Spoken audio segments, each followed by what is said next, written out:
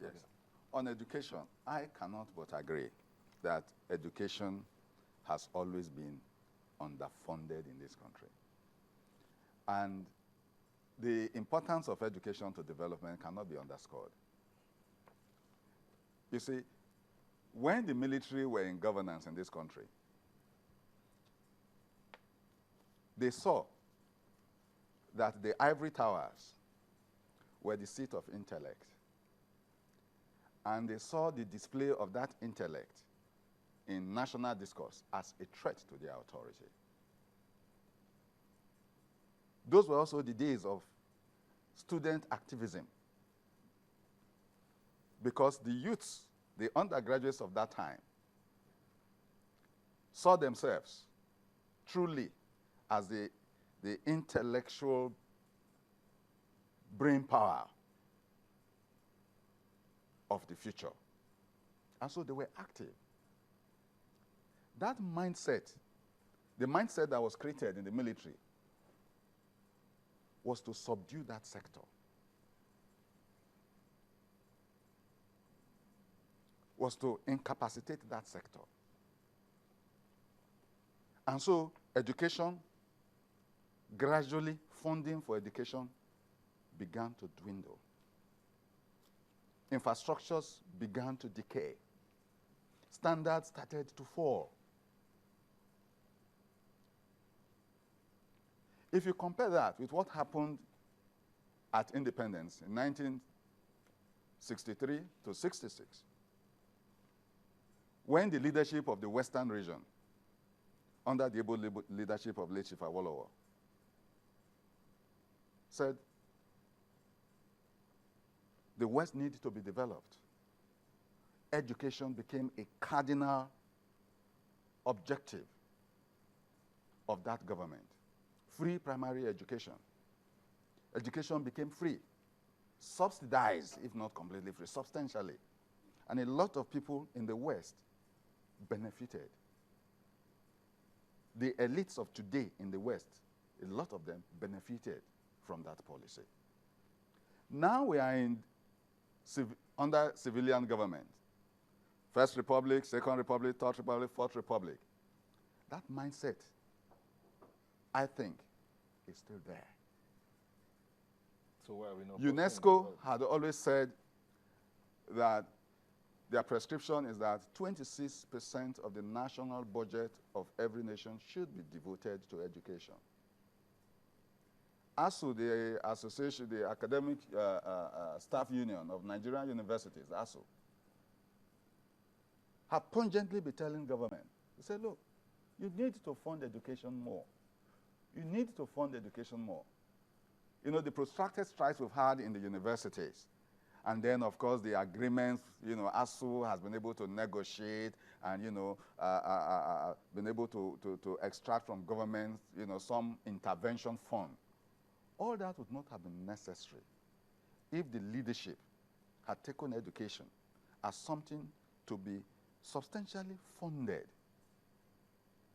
The present decay that we're now trying to address in the educational sector, particularly in the universities, but it's actually not only in the universities.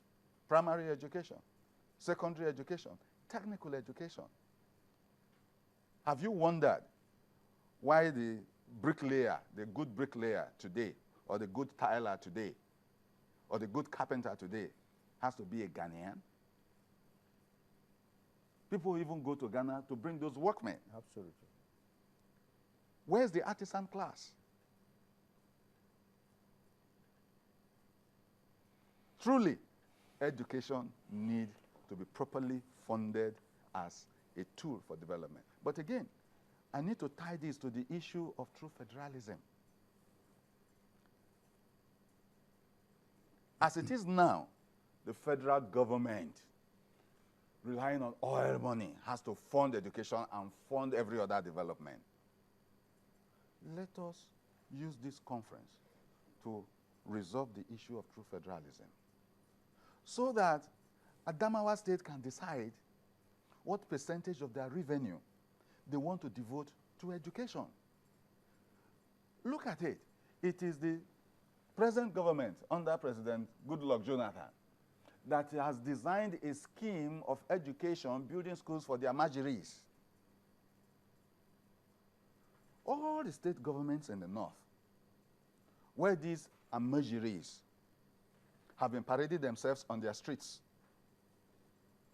and seeking arms at religious places, has it not occurred to them that the margiries need to be educated? Should it be a federal government thing? Moving forward, yes. we have Professor Fatunde. Let's see how can we use education now with this funding education changing what it is to help curb the insecurity situation in the country as we're rounding up. Thank you very much. You know, an educated mind is security conscious.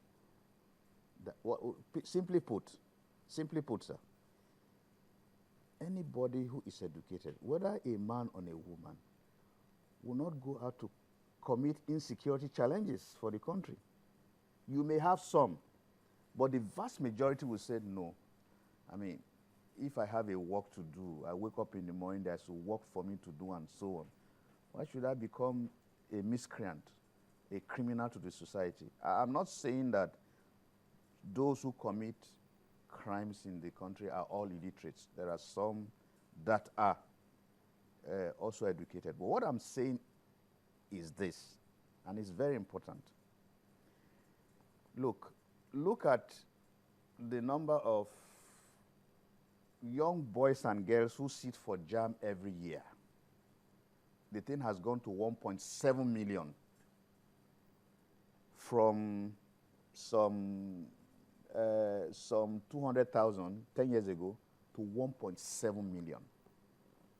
It simply means this, that it is necessary for the state, federal, local, and whatever level to reorder their priorities towards that direction, because those are the energies of tomorrow.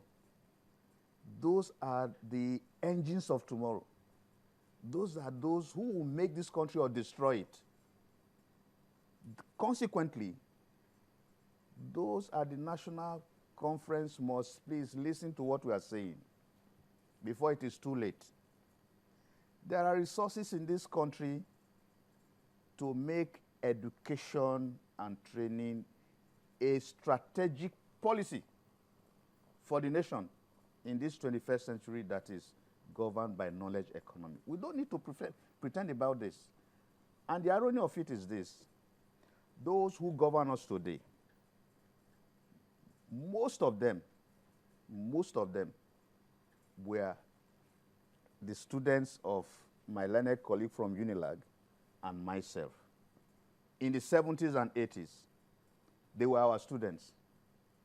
We fought and made sure that education was no longer a commodity during the time of military. That was how they succeeded in becoming what they are today.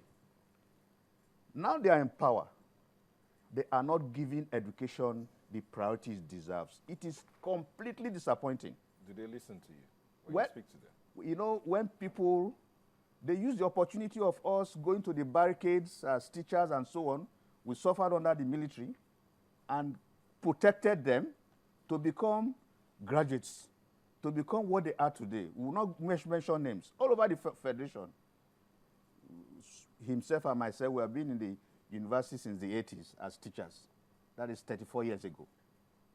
Now, see what is going on with our former students who are now in power. They are now denying the people coming up the opportunity to go to school. How do you explain that? All right, I'm afraid we have to go. So we have 1 minute for our closing statements. We'll share the 1 minute between the three of us, and I'll begin with you. In closing. Thank you very much. I will still harp on that education we are talking about, really. When you're talking about insecurity education, it is not necessarily the case that the insecurity we are having today is a result of illiteracy. Because if you look closely, you see that crime has become even very sophisticated as a result of education. Many of the the graduates of today are unemployed. And because of that, they divert their energies and knowledge to survival. Thank you very much. So change, education, and employment. The key to it is through federalism, fiscal federalism, and resource control. Federating units can then strategically address their localized needs for education, job creation, youth development, and their own economic progress. And finally, can the National Conference achieve this? Yeah, my little advice to those who are at the National Conference is that they need to address what my colleague has said. Fundamental to that, whatever may be the policy of the federating unit, they should spend most of their resources in lifting the vast majority of Nigerians who are poor through education and training. That's the solution. Thank you very much, Professor Tunde Fatunde, President, Association of University French Lecturers in Nigeria, Professor Joseph Abugu, Professor of Commercial and Industrial Law, UNILAG. Thank you for coming. And Simon Mefele, a social commentator.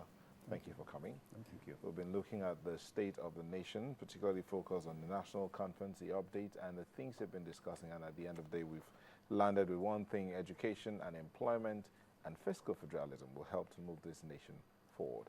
Sunrise will continue in a moment. Please don't go away.